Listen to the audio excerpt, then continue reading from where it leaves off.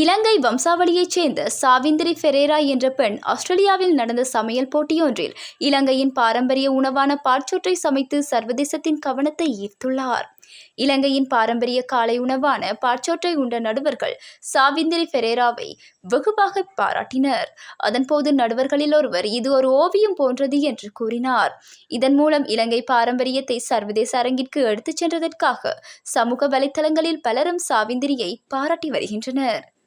உமா ஓயா பல்நோக்கு அபிவிருத்தி திட்டம் ஈரான் அதிபர் இப்ராஹிம் ரைசியால் உத்தியோகபூர்வமாக திறந்து வைக்கப்பட்டது. பெரிய திட்டங்களில் பங்காளித்துவம் உட்பட நாட்டின் முன்னேற்றம் மற்றும் வளர்ச்சிக்காக ஈரான் தனது அறிவு, நிபுணத்துவம் மற்றும் அனுபவத்தை இலங்கையுடன் பகிர்ந்து கொள்ள தயாராக உள்ளதாக ஈரான் அதிபர் இப்ராஹிம் ரைசி தெரிவித்துள்ளார். அதிபர் ரணில் விக்ரமசிங்கவின் விசேட அழைப்பின் பேரில் ஈரான் அதிபர் ஒருநாள் உத்தியோகபூர்வ விஜயத்தை மேற்கொண்டு இலங்கைக்கு வருகை தந்துள்ளார். இதேவேளை ஈரானுக்கும் இலங்கைக்கும் இடையிலான இருதரப்பு உறவுகளை மேலும் வலுப்படுத்தும் நோக்கில் 5 புரிந்துணர்வு ஒப்பந்தங்களும் இதன்போது கைச்சாத்திடப்பட உள்ளது. இலங்கையில் இந்த வருடம் இதுவரை 9 மலேரியா நோயாளர்கள் பதிவாகியுள்ளதாக மலேரியா கட்டுப்பாட்டு பிரிவின் சமூக வைத்திய நிபுணர் புபுது சூலஸ்ரீ தெரிவித்துள்ளார். இவ்விடயம் தொடர்பில் இடம்பெற்ற ஊடகவியலாளர் சந்திப்பில் கலந்து கொண்டு கருத்து தெரிவிக்கும் போதே அவர் இதனை குறிப்பிட்டுள்ளார்.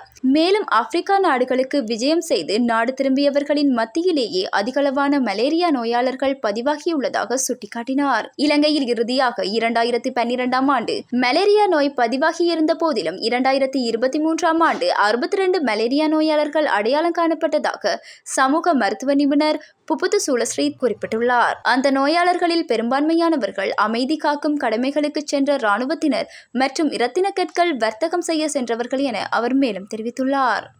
மன்னார் முத்தரிப்பு துறையில் தொழிலுக்கு சென்ற வேளை கடலில் வைத்து படகு இயந்திரத்தின் காற்றாடி வெட்டியதில் இளம் குடும்பஸ்தர் ஒருவர் மரணமடைந்துள்ளதாக தெரிவிக்கப்பட்டது. உயிரிழந்தவர் 3 பிள்ளைகளின் தந்தையான தேவராஜா பீரிஸ் என்று தெரிய வருகிறது. உயிரிழந்தவரின் சடலம் தற்போது சிலாவத்துறை மருத்துவமனையில் வைக்கப்பட்டுள்ளது. 15 வயது சிறுமியை பாலியல் பலாத்காரம் செய்து கர்ப்பமாக்கிய மூத்த சகோதரனை கைது செய்வதற்கான விசாரணைகளை வெள்ளவாய போலீசார் ஆரம்பித்துள்ளனர். வயிற்று வலிக்காக வெள்ளவாய ஆதரா வைத்தியசாலைக்கு தாயுடன் சென்றபோது சிறுமி கர்ப்பமாக இருப்பது தெரிய வந்துள்ளது. கடந்த 2019ஆம் ஆண்டு முதல் 2024ஆம் ஆண்டு வரை மூத்த சகோதரரால் பலமுறை வன்புணரப்பட்டமை விசாரணையில் வெளிச்சத்துக்கு வந்தது. அதன்படி சிறுமியிடம் நடத்தப்பட்ட விசாரணையின் போதே மேற்படி விடயங்கள் தெரிய வந்துள்ளது.